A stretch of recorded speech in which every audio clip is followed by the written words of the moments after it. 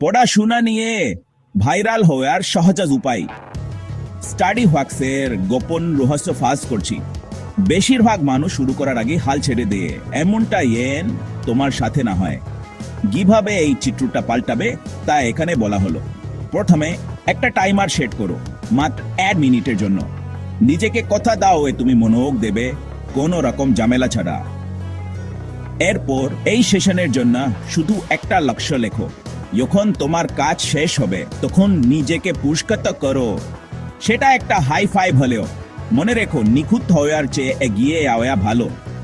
সবারই খারাপ দিন আয়, কিন্তু একটু হলেও লেগে থাকলে গতি তৈরি হয়। তোমার স্বপ্নগুলো কল্পনা করেছো?